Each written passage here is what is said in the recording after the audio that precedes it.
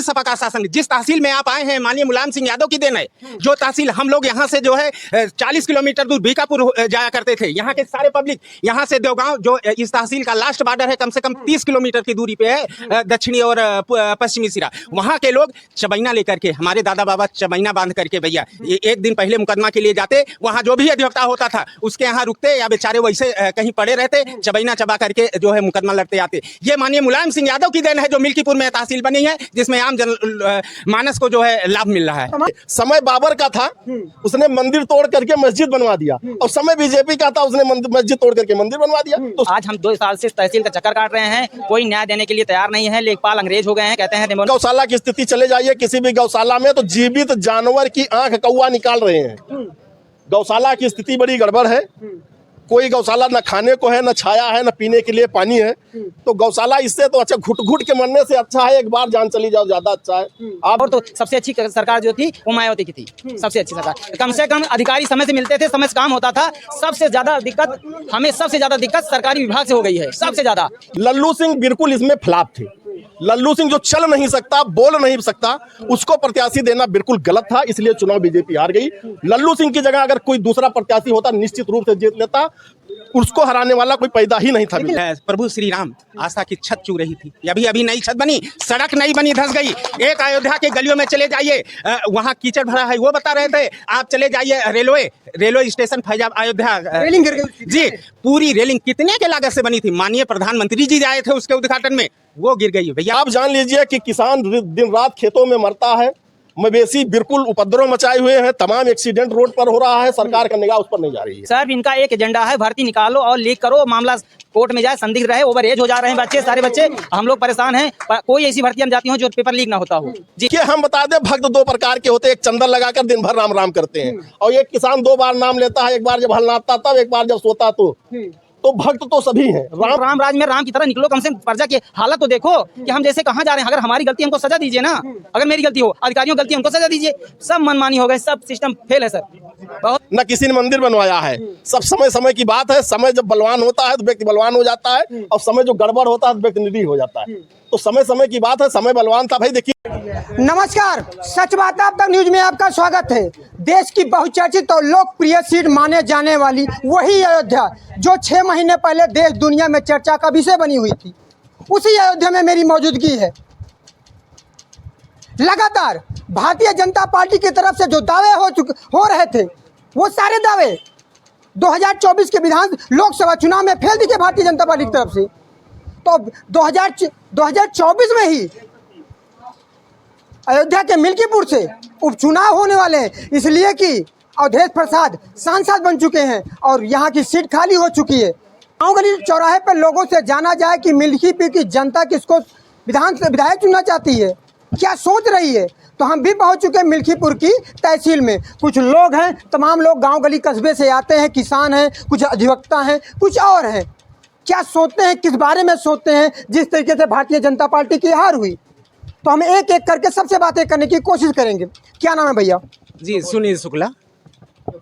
उपचुनाव होने वाले हैं मिल्कीपुर में, और भारतीय जनता पार्टी की बुरी हार हुई 2024 के लोकसभा चुनाव में। भारतीय जनता समाजवादी पार्टी का 22 में विधानसभा पे कब्जा रहा मिल्कीपुर में, और 24 में फैजाबाद अयोध्या पे भी कब्जा रहा। कैसे देख रहे हैं इसको? जी, चूँकि ये मिल्कीपुर विधानसभा में आप आए हैं, यहाँ आपका स्वागत है। मिल्कीपुर में भैया यहाँ के जो वर्तमान विधायक जी थे 2017 के जो विधायक थे, उनसे इस तरीके से जिस तरीके का बिहेव उन्होंने जनता के साथ किया, जिस मुद्दे पे उन्होंने चुनाव जीता था, उससे इतने दूर चले गए वो कि विकास के नाम पे इतने दूर चले गए कि मतलब वही सब लोगों के अंदर जो है कुफत भरी हुई थी, और मौका पाते ही लोगों ने अपना जो है अवधेश प्रसाद। जो भारतीय जनता पार्टी के दावे थे विकास के, पूरी दुनिया में डंका बजा भारतीय जनता पार्टी ने राम मंदिर बनवा दिया, लेकिन फिर भी कोर्ट का फैसला था। लेकिन भारतीय जनता पार्टी और देश के प्रधानमंत्री नरेंद्र मोदी जी अपना श्रेय ले रहे थे, ये लोग कह रहे हैं। जी देखिए, जैसा आप जानते हैं, सब लोग आम जनमानस जान रहे हैं कि चूंकि ये मामला श्री राम जन्मभूमि का कोर्ट में विवादित था, वहाँ से जो भी कोर्ट से निर्णय आया है उस मुताबिक चाहे जो भी गवर्नमेंट होती, चाहे वो सपा होती, बसपा होती, कांग्रेस होती, भाजपा, कुछ भी, कोई भी हो, जो भी निर्णय आता वो उस मुताबिक उसको करना था। क्योंकि निर्णय जो है बीजेपी के शासनकाल में आया है, इसलिए बीजेपी श्रेय ले रही है, मात्र बस इतना है। श्रेय ले रही है। क्या होने वाला है उपचुनाव में यहाँ पे? यहाँ मिल्कीपुर से जो है सपा जो है पुनः चुनाव जीतेगी। जी हाँ जी, क्योंकि यहाँ पर जब भी सपा का शासन, जिस तहसील में आप आए हैं माननीय मुलायम सिंह यादव की देन है। जो तहसील हम लोग यहाँ से जो है 40 किलोमीटर दूर बीकापुर जाया करते थे, यहाँ के सारे पब्लिक, यहाँ से देवगांव जो इस तहसील का लास्ट बॉर्डर है, कम से कम 30 किलोमीटर की दूरी पे है, दक्षिणी और पश्चिमी सिरा। वहाँ के लोग चबैना लेकर के, हमारे दादा बाबा चबैना बांध करके भैया एक दिन पहले मुकदमा के लिए जाते, वहाँ जो भी अधिवक्ता होता था उसके यहाँ रुकते या बेचारे वैसे कहीं पड़े रहते, चबैना चबा करके जो है मुकदमा लड़ते आते। ये माननीय मुलायम सिंह यादव की देन है जो मिल्कीपुर में तहसील बनी है, जिसमें आम जन मानस को जो है लाभ मिल रहा है। तमाम लोगों से हमने बातें की, मिल्कीपुर के युवाओं से बात किया, 2-3 सीनियर व्यक्ति मिले थे। उन्होंने कहा कि माननीय मुलायम सिंह यादव और अखिलेश यादव यादवों के नाम पे और देश के नाम पे धब्बा है, कलंक है हिंदू धर्म के नाम पे। देखिए, हर व्यक्ति हर के लिए अच्छा नहीं हो सकता। जैसे हमारा नाम सुनील शुक्ला है, हम यादव से यादव नहीं सुनील शुक्ला, लेकिन जो है हम जो है यहाँ की परिवेश को, यहाँ के वातावरण को देख करके और सपा की नीतियों से प्रभावित होकर के हम सपा के साथ हैं। वो तो अपना अपना व्यक्तिगत विचार है कौन किसके साथ जाता है। जी हाँ। क्या होने वाला है भाई? यहाँ मिल्कीपुर में सपा जीत रही है। हाँ, सपा बाबा गोरखनाथ एक तरफ ताल ठोक रहे हैं। यही चीज है, यहाँ जो है बाबा जी के अलावा अगर कोई दूसरा कैंडिडेट बीजेपी से आता है तो वहाँ जो है चुनाव टक्कर में होगा। फिर बड़ा समीकरण आप बता रहे हैं। बिल्कुल। बाबा गोरखनाथ अगर दूसरा कोई आता बाबा गोरखनाथ के, हाँ। तब कई टक्कर देने मिलेगी। तब कांटे की टक्कर होने वाली है। मिल्कीपुर आसान नहीं होगा, ये भी मैं कह रहा हूँ कि तब जो है अगर बाबा गोरखनाथ से इतर कोई दूसरा आता है तब यहाँ कांटे की टक्कर होगी। ये बाबा यहाँ चुनाव पाते हैं टिकट तो चुनाव एक तरफा होगा, पुनः यहाँ समाजवादी पार्टी अपना परचम फहराए। अगर बात करें विकास की तो यहाँ विकास नहीं किया था भारतीय जनता पार्टी से, आपने चुनाव हरा दिया। ये चीज है, यहाँ का विकास दिख रहा है। हमने एक उदाहरण बताया, यहीं बगल आपके मुंगीसपुर है, आश्रम पद्धति विद्यालय बना है। आप सराय मजरा चले जाइए, वहाँ जो है औद्योगिक महाविद्यालय ITI बना है। आप जो है सौसैया अस्पताल देख लीजिए, आप अमानीगंज में देख लीजिए, आप देवगांव में अस्पताल बनवाए। ये सारे विकास जो है सपा कार्यकाल में हुए हैं। मिल्कीपुर में कितना विकास इस बीजेपी के कार्यकाल में, माननीय विधायक जी जो थे यहाँ के, जिनका आप नाम ले रहे हैं, उनके कार्यकाल में कौन सा अस्पताल, कौन सा स्कूल, कौन सा विद्यालय बनवा दिया? एक नाम बता दे कोई। लेकिन लोग कहते हैं कि अयोध्या का विकास जितना जब से देश आजाद हुआ 70-77 साल हो गए, जब से बीजेपी सरकार में उतना कभी नहीं हुआ। देखिए, चूंकि हम यहाँ निवास कर रहे हैं, जहाँ हम निवास कर रहे हैं, ये हमारा मूल निवास है, तो हम यहाँ के बारे में, भाई देश बहुत बड़ा है, अब हम और अलग तो नहीं जा पाते। कहते हैं अयोध्या का विकास हुआ जब से आजाद हुआ देश, जी 10 सालों में हुआ विकास। अयोध्या का विकास तो आपने देखा होगा, अभी जो है सवाल उठा था, पेपर में हुआ, आपकी मीडिया में आया था कि प्रभु श्री राम आस्था की छत चू रही थी। अभी नई छत बनी, सड़क नहीं बनी, धंस गई। एक अयोध्या के गलियों में चले जाइए, वहाँ कीचड़ भरा है, वो बता रहे थे। आप चले जाइए रेलवे स्टेशन फैजाब अयोध्या, रेलिंग गिर गई जी, पूरी रेलिंग कितने के लागत से बनी थी? माननीय प्रधानमंत्री जी आए थे उसके उद्घाटन में, वो गिर गई भैया। पहली बरसात, और आप देख रहे हैं बरसात कितनी हुई यहाँ पे। हमें लगता है कि यहाँ जो है सूखे की स्थिति आप देख रहे होंगे।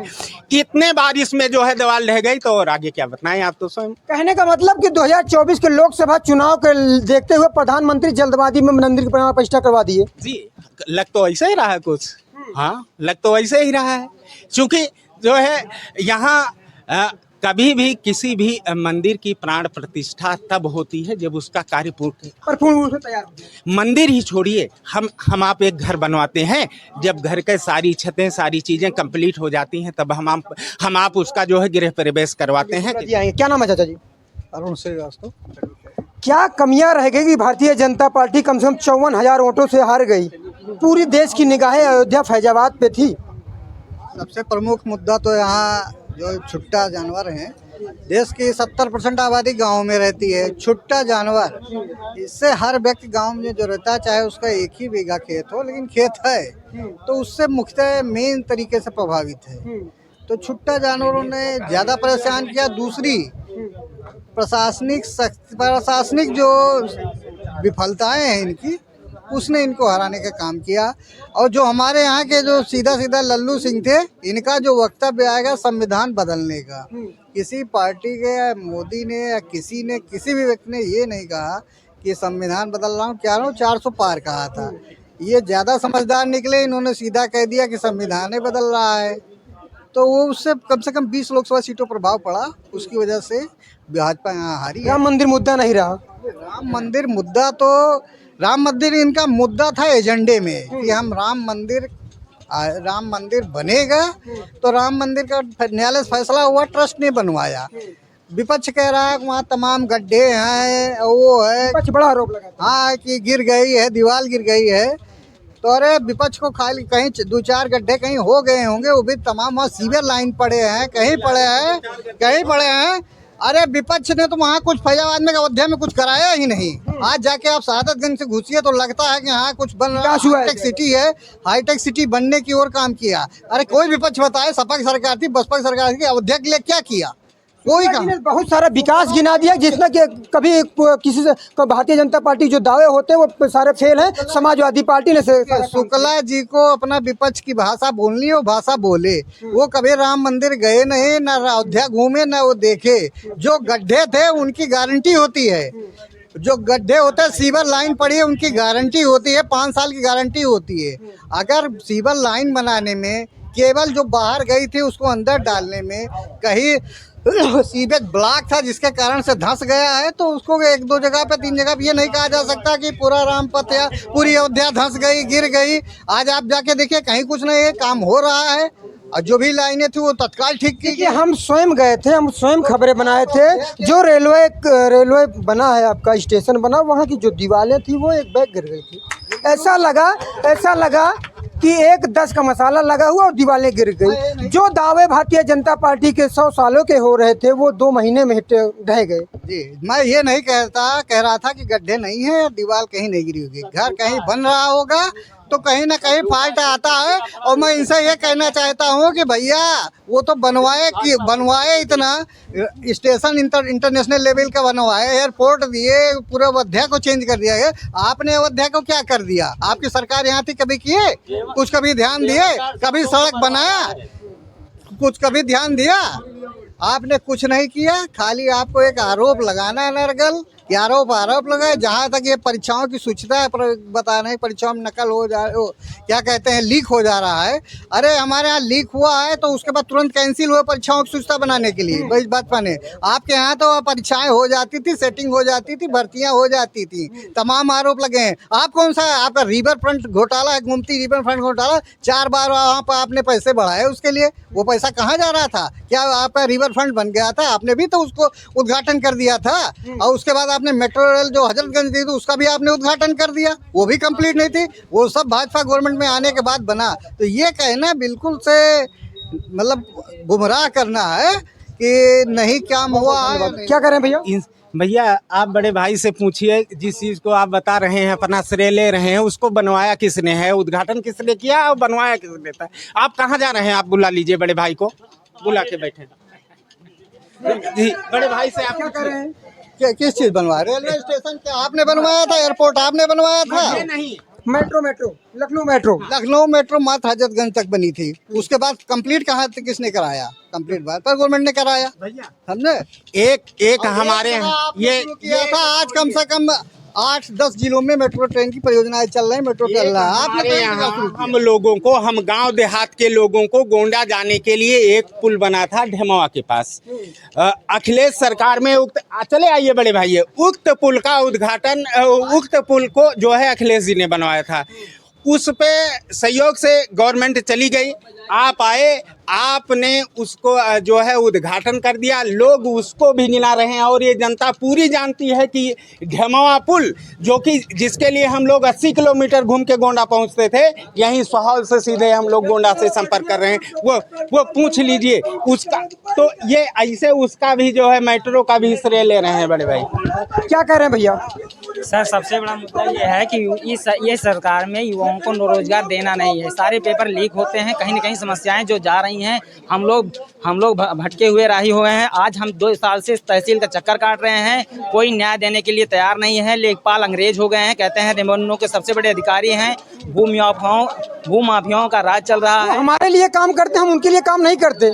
जी सर, करते तो हमारे लिए हैं, लेकिन वो सर इस समय जो है बड़े बड़े लोगों के बीच में जा रहे हैं, कुछ काम करना रहे हैं। भूमाफिया बहुत परेशान किए हैं, लोग आत्महत्या करने पे मजबूर हो रहे हैं। सरकार के दावे हैं युवाओं के लिए कि हमने बहुत सारा रोजगार दिया, हमेशा युवाओं की बात करती है मोदी सरकार, योगी सरकार। सर इनका एक एजेंडा है, भर्ती निकालो और लीक करो, मामला कोर्ट में जाए, संदिग्ध रहे। ओवर एज हो जा रहे हैं बच्चे, सारे बच्चे, हम लोग परेशान हैं। कोई ऐसी भर्तियां जाती हो जो पेपर लीक ना होता हो। जी, पूरा सिस्टम फेल होता जा रहा है, सारा कैंसर बनता जा रहा है। यहाँ तहसील से लेके आगे तक लोग सेट किए हैं कि इनको इतना देना है, उनको इतना देना है। चाटुकारिता इतने चरम सीमा पर है कि हम लोग परेशान हैं, सिर्फ परेशान है। युवा परेशान? हाँ, युवा बहुत परेशान है। कोई न्याय नहीं मिला, गरीब को नहीं मिल रहा है, हम जैसे युवाओं को नहीं मिल रहा है। हम लोग टहल रहे हैं, बताइए मेरा कीमती समय 300-400 का दिहाड़ी करते थे, आज हम तहसील के चक्कर 2 साल से काट रहे हैं, हमको न्याय नहीं मिल पा रहा है। लेखपाल जो बजा के रखा है, भूमाफियाओं का राज चल रहा है, बहुत दिक्कत है सर। जी, आपने उच्च अधिकारियों को शिकायत की, आपने प्रार्थना पत्र लिखा? नहीं, 20 किए हैं। रोज में तीसरे दिन वहाँ 10-76 से फोन आती है, आपका समाधान हुआ? हम कहते हैं नहीं हुआ। कोई ग्राउंड पे नापने जोखने जाता ही नहीं है, सारी चीजें पेंडिंग चल रही हैं। सिर्फ एसी रूम में बैठ के जो है उस पे जो है आज बना दिया जाता है कि हमने रिपोर्ट लगा दी।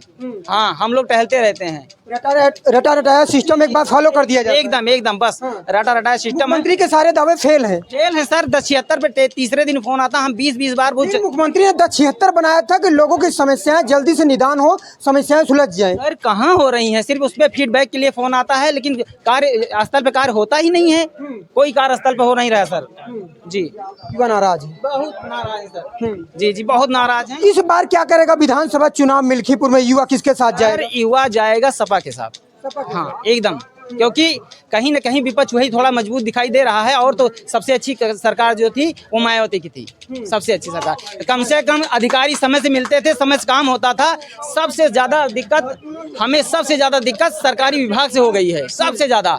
ये कहीं न कहीं जाके टांग अड़ा के मामला बजाते हैं, चाहे रेवेन्यू हो, चाहे जहाँ जबरदस्ती FIR लिखी जा रही गरीबों के लिए। बहुत दिक्कत है सर। हाँ, जिसका बोलबाला एक विशेष सिस्टम से चल रहा है, जिसकी हनक है, भूमाफियाओं की हनक है, सब लोग जो है जो दबंग है उसका बोलबाला है। सो लोग से जी सर सेटिंग कर लिए हैं सब सिस्टम। सर कैंसर, सिस्टम में कैंसर पड़ गया है सर। कोई राम की तरह सर एक मिनट, कोई राम की तरह कम से कम भेष बदल कर इसको देखने नहीं आ रहा है कि सिस्टम मेरा कैसा चल रहा है। कहते तो राम राज आ गया। अरे सर, राम राज में राम की तरह निकलो, कम से कम प्रजा की हालत तो देखो कि हम जैसे कहाँ जा रहे हैं। अगर हमारी गलती, हमको सजा दीजिए ना। अगर मेरी गलती हो, अधिकारियों की गलती है, उनको सजा दीजिए। सब मनमानी हो गए, सब सिस्टम फेल है सर। बहुत परेशान है सर। जी, बहुत बात के लड़के हैं अजीत जी और बाबा जी। ये तो बाद में ही पता लगेगा, अभी ऐसे कोई अनुमान लगाना। अभी युवा ही हैं, आपका क्या विचार है, क्या सोच है आपका? हमारा जो विचार है, हमारी जो सोच है, उस हिसाब से मतदान करेंगे। ठीक है, क्या है जो विकास की भारतीय जनता पार्टी के दावे थे वो सही है, या अवधेश प्रसाद या अखिलेश यादव जी के जो वादे हैं, नारे हैं, वो क्या है? उस हिसाब से हम बताएंगे तो आप हमारा गैस लगा लेंगे हम कहाँ जा रहे हैं। हम तो आप लोगों से ही जानने की कोशिश कर रहे हैं कि माहौल क्या है। लोग देखेंगे वीडियो को हमारे चैनल के माध्यम से तो जानेंगे कि मिल्कीपुर का माहौल क्या है। कुल मिलाकर के आप ये समझिए 50-50 का मामला है। ठीक है, 50-50 कोई भी जीत सकता है। भारतीय जनता पार्टी के विकास के दो दावे थे, देश दुनिया में चर्चा का विषय बनी फैजाबाद, वो सारे फेल हैं। अब जो कुछ भी है आपके सामने है, आप भी गए होंगे वहाँ और यहाँ भी टहल रहे हैं, तो उससे आप आंकड़ा लगा लीजिए जनता का क्या मूड है। क्या माहौल है मिल्कीपुर का? उपचुनाव होने वाले हैं, बस 1.5 महीने का समय बचा है। भारतीय जनता पार्टी की तरफ से दावे हो रहे हैं बाबा गोरखनाथ, समाजवादी पार्टी की तरफ से दावे हो रहे हैं कि अजीत सांसद जी के लड़के, क्या है माहौल, क्या समीकरण? माहौल स्पष्ट तब होगा जब प्रत्याशी फाइनल होंगे। जहां तक अवधेश प्रसाद की बात है, अगर अवधेश प्रसाद ये चाहते हैं कि मैं सांसद रहूं, बेटा विधायक रहे, सब अपने ही घर में सारी सीट ले लेंगे, तो उनका चुनाव निश्चित कमजोर है। जो लोकसभा में वोट उनको मिले थे वो यहाँ कतई नहीं मिलेंगे, ये आप बिल्कुल समझ लीजिए। गोरखनाथ की भी छवि बहुत अच्छी नहीं। गोरखनाथ भी 5 साल रहे हैं, लेकिन यहाँ जनता जो हम लोगों के बीच आती है वो बताती है कि भैया इनकी छवि बहुत अच्छी नहीं है। तो इसलिए जब तक प्रत्याशी क्लियर नहीं हो जाते तब तक ये बता पाना बड़ा दुर्लभ है कि कौन जीतेगा। बीजेपी जीतेगी या सपा जीतेगी, बसपा जीतेगी, ये नहीं बताया जा सकता।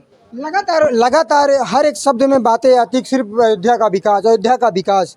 अयोध्या का विकास भारतीय जनता पार्टी ने किया, तब भी भारतीय अयोध्या के लोगों ने भारतीय जनता पार्टी को लगभग 54,000 वोटों से हरा दिया। देखिए उसमें कारण था, कारण ये था कि आज का सांसद, आज का नेता इस टाइप का होना चाहिए था कि अगर हम अपनी व्यथा लेकर के उसके पास पहुंचते हैं तो उसको लामबंद होकर मेरी मदद करना चाहिए। लल्लू सिंह बिल्कुल इसमें फ्लॉप थे। लल्लू सिंह जो चल नहीं सकता, बोल नहीं सकता, उसको प्रत्याशी देना बिल्कुल गलत था, इसलिए चुनाव बीजेपी हार गई। लल्लू सिंह की जगह अगर कोई दूसरा प्रत्याशी होता निश्चित रूप से जीत लेता, उसको हराने वाला कोई पैदा ही नहीं था। लेकिन लगातार 2014 से, जब से भारतीय जनता पार्टी से सत्ता में आई, 2014 और 24 तक सत्ता में वो सांसद ही रहे लल्लू सिंह जी। तो वो देखिए हम बता दें, एक बार अवसर दिया जाता है आदमी को, एक बार देखा जाता है। जब लगातार देखा जा रहा है ये, पर जो जीते हैं वो मोदी लहर पे जीते हैं, ये जान लीजिए। उनका अपना कोई इच्छा भी नहीं रहा और वो कुछ कर नहीं पाए, वो अपने बल पर चुनाव नहीं जीतते हैं। आप बता दीजिए किसी चौराहे, किसी बाजार, किसी गांव में लल्लू सिंह गए हों, किसी के दरवाजे पर बैठे हों, कोई मर गया हो गए हों, किसी के यहाँ संस्कार कोई हो गया हो, बताइए ऐसे पर। अच्छा, इसमें योगी जी की जो भूमिका थी वो बहुत अच्छी थी। योगी जी ने ऊपर स्तर तक, अपने मोदी स्तर तक जो लिस्ट दिया था उसमें से 35 लोगों का नाम, 36 लोगों का नाम काट दिया गया, उसमें लल्लू सिंह भी थे।